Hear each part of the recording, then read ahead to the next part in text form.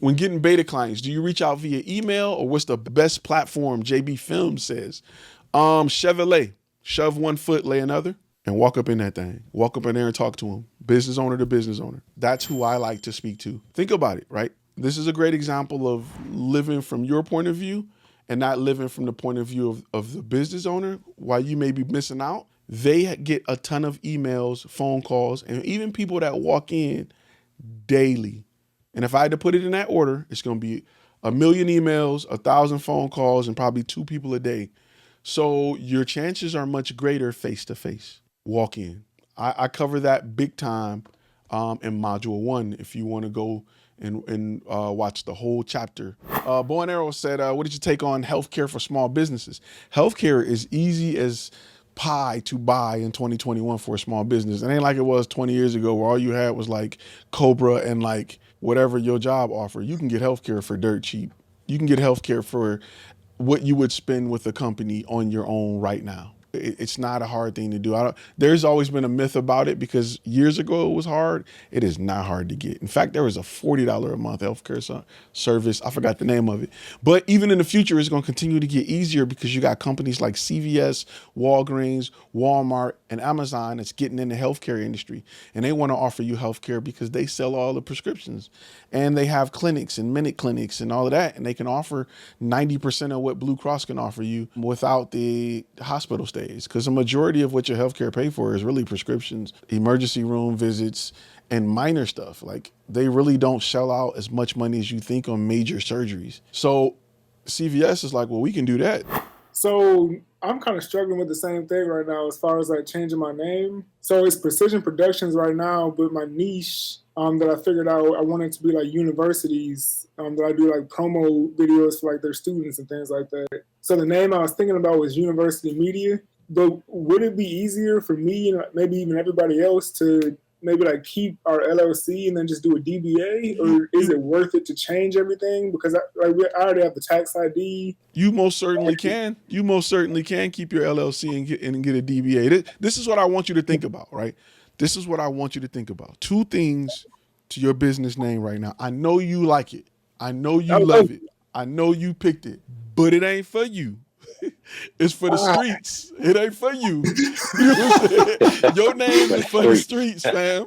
It ain't for you. Stop trying to marry your name. It belongs to the streets. Belong to the streets. Bruh. So stop. You gotta think about it like this. It's for your client. It's your name is if you're the least thinking your client gotta do when they look at your name, the better chances you have of getting that job. Your name ain't for you. You know what I'm saying? Unless you want to get a gold chain and rock it, it ain't for you. Put that on the big screen. There you go. It ain't for you. I'm going to put that on the shirt. It needs to appeal to your target audience. And if they got to figure it out, if they like, who? I think if they got to figure it out, you have failed. So let me guess, your passion is this, and you want to attract this or this. So you can make more of this, but your portfolio or demo reel is not this. I've worked for these companies in the past. When it comes to finding a job or getting the attention of potential clients, a demo reel or portfolio with random clips and music won't cut it. And that's why I created this. The 5 key steps for creating an effective demo reel that converts. It's an online course designed to show you how to market your skills and past experience and create a video portfolio that's designed to blow away your competition and 10x your results. Remember, if you can't tell your story, how do you expect someone to hire you to effectively tell their story? Enroll today at FlashFilm Academy. It's time to turn passion into profit.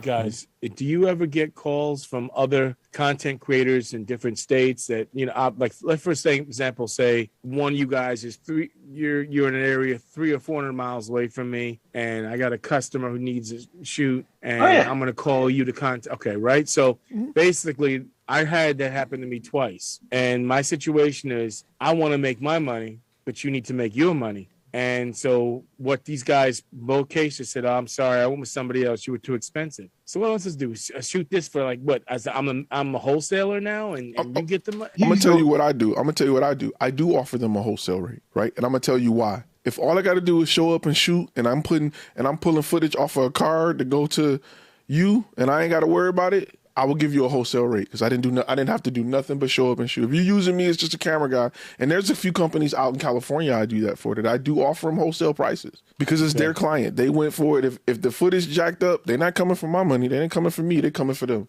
Even though I'm not saying my footage is going to be jacked up, but there's a few companies that I work with out of California, and all they do is send me wholesale work. And I've done stuff like Ford commercials and all kind of crap. I've had companies hire me simply because I got a 14-foot crane and they needed a crane shot. You know what I mean? Yeah. I'm not going to charge them my normal rate. I'm going to charge them a wholesale rate. I'm going to tell you, there's been times where they send me so much business that I refer to a contractor and still make a cut off of it. So I don't mind doing it at a wholesale price. If you said, hey, Ty, I'm shooting a commercial and we need a shot of some cows in Texas, you'll get a wholesale price. But usually in them situations, a lot of them companies will use you over and over and over and over and over again. And you like, okay, cool. Ty, what do you say to the argument that post-COVID, having a niche is risky and putting your eggs in one basket? Tell that to American Airlines that decide to just fly planes. Tell it to Jiffy Lube that said we just gonna do oil changes. Tell it to a million companies around you that have one niche. It's not risky at all. This is going to be a real throat punch, not just for you, Mr. B, but for a lot of people, right? Lack of business knowledge makes you think that it's too risky. Because it's two things, like I'm going to tell you what pops up on people who have not learned enough about business, right? Is that they don't want to do one thing.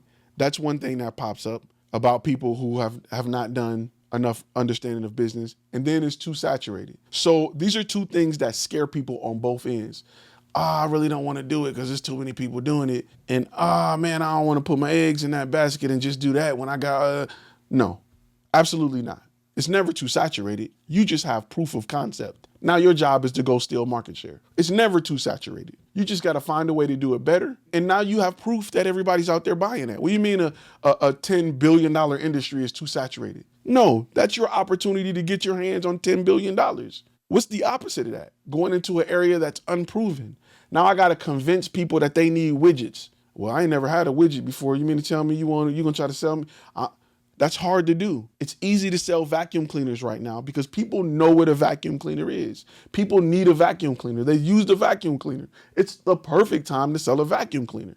But it's hard selling something people have never heard of before, especially at a price that you probably want to, because now you have to educate them on what this is, how it helps their life, why it should be more, why you should buy it now, and how they can't live without it. That's hard to do starting from a company that nobody's never heard of before. It takes a lot of money to build that trust. It don't take a lot of money to sell a cookie because everybody's in their life has had a cookie. You don't have to go into detail on the cookie. It's a quick decision. So oversaturated is not an issue. That's lack of business knowledge. Focusing on one thing is never a bad thing. Specialist makes the most money. You will not run out of clients. You will look and see that there's a lot of people who specialize in what you do. And then you'll start to say, well, maybe it's saturated. And then you'll come back to me telling you, take over the market, period. Those are two fears that people use to stay within the comfort zone of their box. Don't listen to it. She said, I need to get a team together to create a video which will highlight the process to make a product. How do I find talent that will be reliable and competent to get this done? Okay, there's a few ways to do it. You can use Upwork, you can use Thumbtack, you can use Honeybook. There's a lot of ways to do it. In order to find whether or not they're competent or not, that is going to be your ability to look at their demo reel and make that decision. I'm gonna be honest with you as well. Pay usually dictates a lot of it. You get what you pay for. So if you're offering below average day rates, you're going to get somebody that's like, I got this camera from Best Buy. Let's see what this thing can do. And that's not the guys you want. So be careful. Be careful.